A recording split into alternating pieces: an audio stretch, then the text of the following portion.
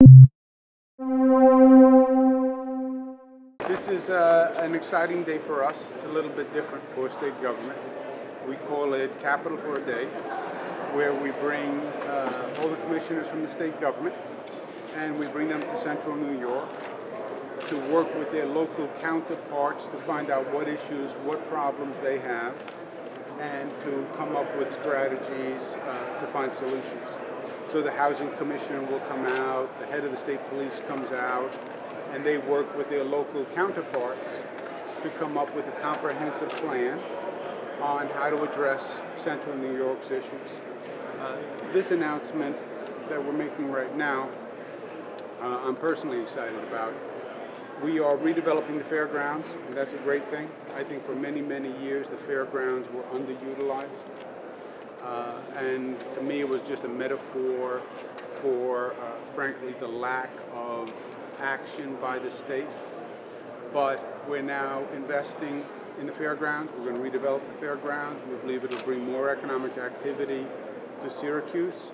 Governor, can you talk a little bit about just the overall facelift for the State Fair? I know there's a lot of projects going on right now. Well, look, the State Fair overall, for me,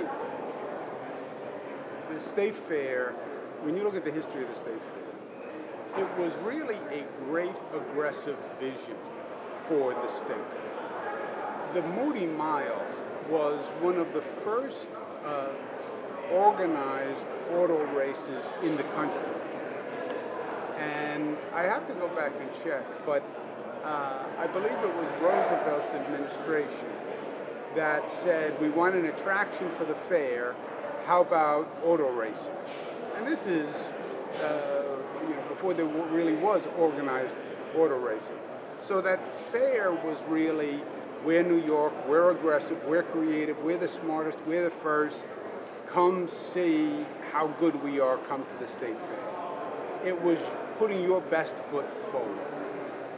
And if you go to the fair in recent years, and by the way, the number of visitors has been very, very high. We've been setting records, so it's been great. But I always felt that the fair didn't really keep pace with the times. And it wasn't really evolving and progressing. And that we could do better, we're New York, we can do better. And we made some improvements last year. We put up a new sign, we cleaned up the entranceway somewhat, but we want to make a real overhaul to have a world-class facility. And that's what we're doing. We're actually doing two things.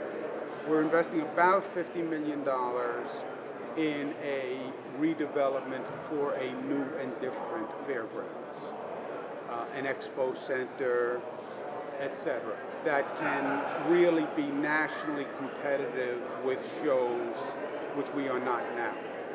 We're also doing roughly $20 million at the end of the day in maintenance and repairs that should have been done all along.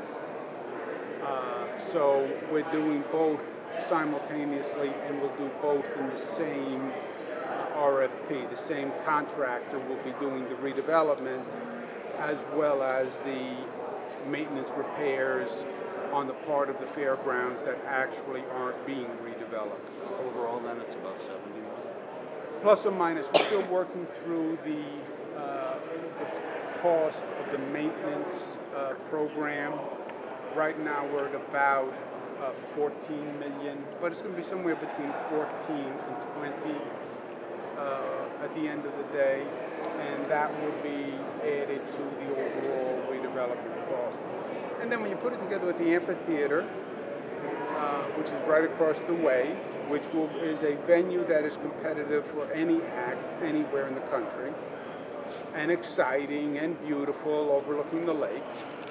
Put that together with the Inner Harbor development, with the historic redevelopment of Hotel Syracuse, you start to feel the synergy among these projects and how there's actually a multiplier effect.